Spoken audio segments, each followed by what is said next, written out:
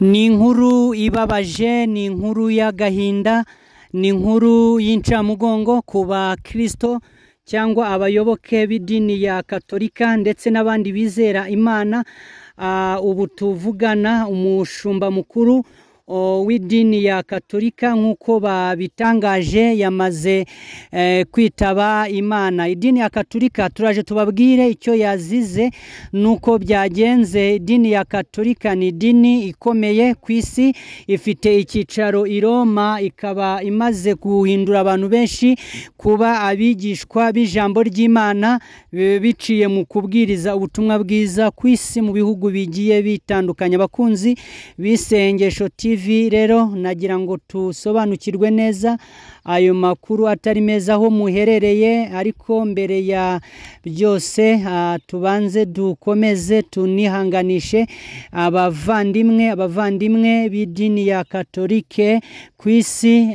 Uko byagenze turaje tubabwire, ariko munyemerere tubanze dusenge. Bibiliya iravuga ngo mu bibi no mu byiza tujye duhora dushima, niyo mpamvu tutakwirengagiza gushima Imana. Reka dusenge tuze tubagezeho ayo makuru ko byagenze ndetse n'icyo uyu mushumba yazize. Mana, turagushimiye, tugushimiye ineza n'urukundo, tugushimiye ko ugira neza bakunzi b'isengesho TV.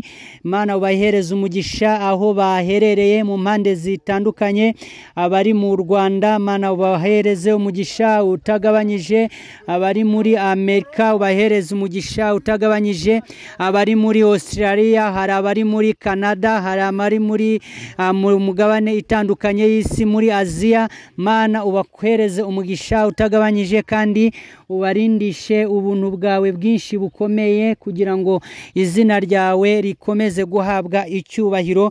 Tubisabye mu izina rya Yesu Kristo umwami wacu, amen. Nkuko murimo kubibona rero ni igikuba cyacitse guhera muri iki gitondo cy'uyu munsi itariki, nibwo byatangajwe ko Papa Francis yapfuye cyangwa yitabye Imana.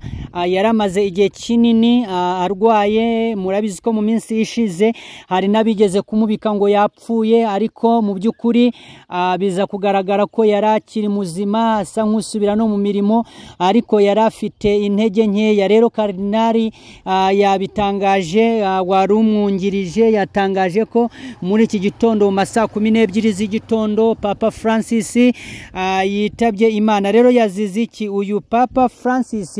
Yaramaze igihe kinini ari umuyobozi w'idini ya Katolika cyangwa umushumba mukuru nk'uko bajya babyita. Yaramaze imyaka irenga 10 ayobora iri dini ku rwego rw'isi. Rero mu by'ukuri ndagira ngo dusobanukirwe neza ko uyu Papa Francis witabye Imana mu by'ukuri yarashaje, afite imyaka myinshi, ariko nta kundi mu isi niko bigenda, niko bimera.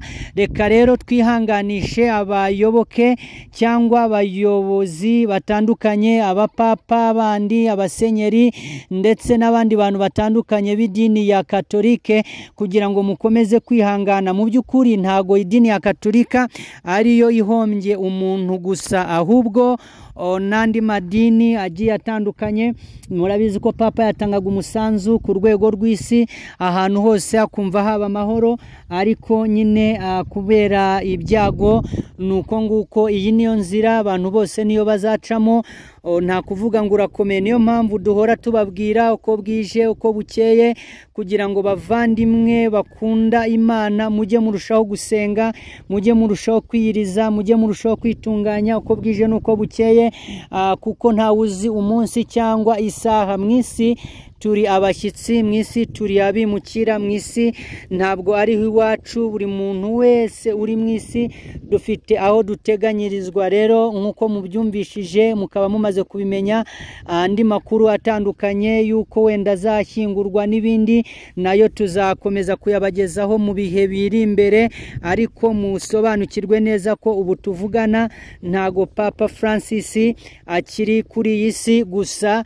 Twiringiye Imana kandi kandi twizeye Imana ko igomba kumwakira mu bana bayo kuko yabaye umushumba w'idini kandi yabaye umuntu wubahirije amategeko n'amabwiriza by'Uwiteka Imana. Rero ndagira ngo mbwire abakatolike bose aho baherereye, abari mu Rwanda, bari mu bihugu bigiye bitandukanye, Aziya, umuryango mugari w'iri dini, kugira ngo mukomeze mwihangane kandi muturize mu buntu bw'Imana. Iyi updates twari tubazaniye kugira ngo mukomeze mwizere Imana kandi mwiringire Imana.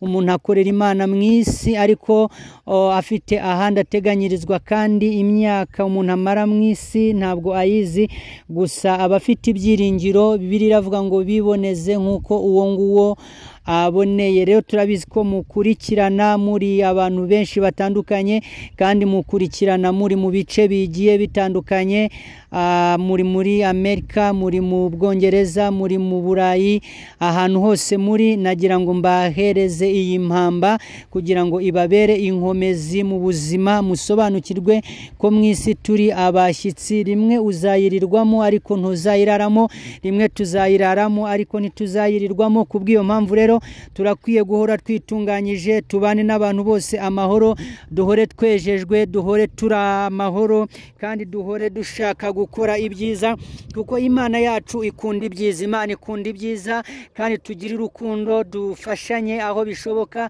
kandi dushyigikirane mu buzima bwacu bwa buri munsi. Ni ukuri uyu munsi nafashe uyu mwanya kugira ngo mbagezeho aka kanya, mbagezeho aya makuru kugira ngo mumenye neza ikiriho, ariko by'ukuri kandi byuzuye. Mumenye neza ko mu isi turi abashyitsi bavandimwe. Waba ukomeye gute, waba ungana gute, mu isi buri muntu wese ni umushyitsi. Dufite aho dusiganirwa, aho